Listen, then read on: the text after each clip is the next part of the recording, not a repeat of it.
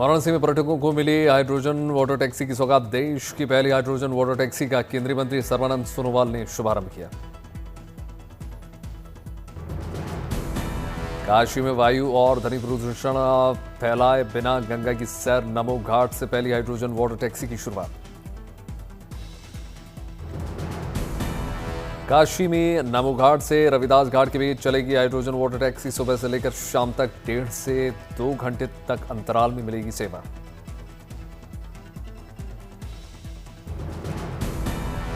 Hydrogen water taxi में 50 यात्रियों के बैठने की सुविधा 500 रुपए प्रति व्यक्ति रखी गई है टिकट दर। पूरी तरीके से स्वदेशी हाइड्रोजन वाटर टैक्सी हाईटेक सुविधाओं से लैस पर्यटकों की सुरक्षा के लिए लगाए गए हैं सीसीटीवी।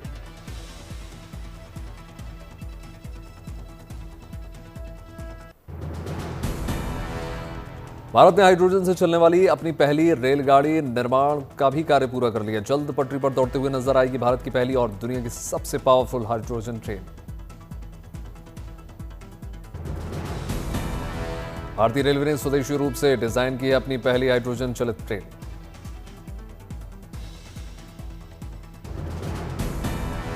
पर्यावरण अनुकूल परिवहन की दिशा में एक महत्वपूर्ण कदम। ब्रॉड गेज प्लेटफॉर्म पर चलने वाली दुनिया की सबसे लंबी और सबसे शक्तिशाली हाइड्रोजन ट्रेन। दिल्ली सरकार ने ई व्हीकल पॉलिसी 2.0 का मसौदा तैयार कर लिया। 50% तक मिलेगी छूट, चार्जिंग नेटवर्क और बैटरी रिसाइकलिंग पर जोर। सरकार ने 2030 तक 5000 सार्वजनिक चार्जिंग स्टेशन स्थापित करने का रखा लक्ष्य। हर स्टेशन पर 4 से 5 चार्जिंग पॉइंट्स होंगे स्थापित। नागालैंड की राजधानी कोहिमा में अंतर्राष्ट्रीय हॉर्नबिल महोत्सव का रंगारंग समापन समारोह में बड़ी संख्या में लोगों ने शिरकत की।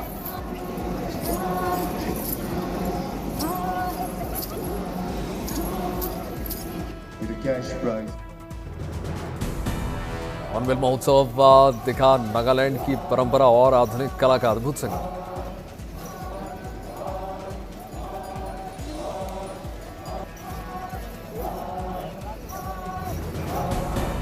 हॉर्नबिल उत्सव में दिखी नगा संस्कृति, पारंपरिक वेशभूषा में लोगों ने नृत्य और गीतों का शानदार प्रदर्शन किया।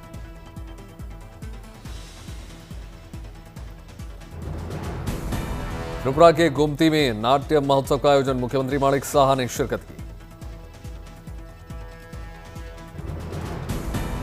भगवान जगन्नाथ के धाम पुरी में नए साल से पहले दिव्यांग श्रद्धालुओं के दर्शन करने के लिए विशेष इंतजाम। बड़ी संख्या में भगवान जगन्नाथ के दर्शन पूजन कर रहे हैं लोग।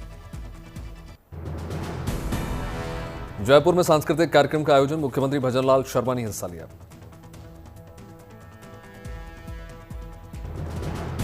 श्रीनगर में सेना ने निःशुल्क चिकित्सा शिविर का आयोजन कर दिया। बड़ी संख्या में लोगों के स्वास्थ्य की जांच हुई।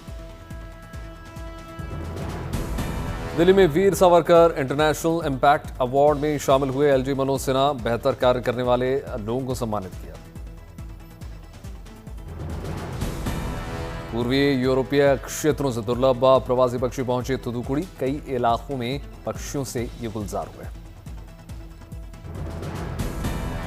विशाखापट्टनम में 15-16 दिसंबर तक सारस एग्जीबिशन का आयोजन।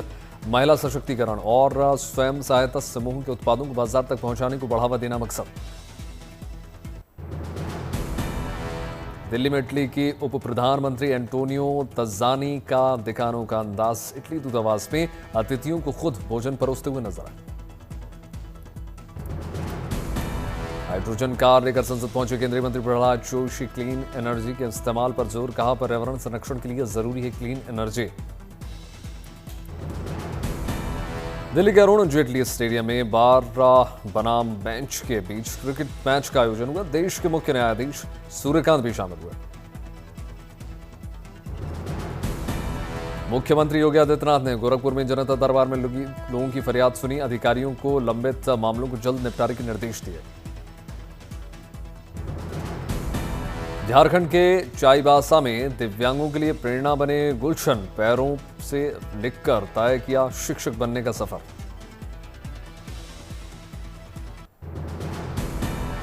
जम्मू कश्मीर में एलजी मनोज सिन्हा ने आतंकी हमले में मारे गए 82 लोगों के परिजनों को बांटे नियुक्ति पत्र।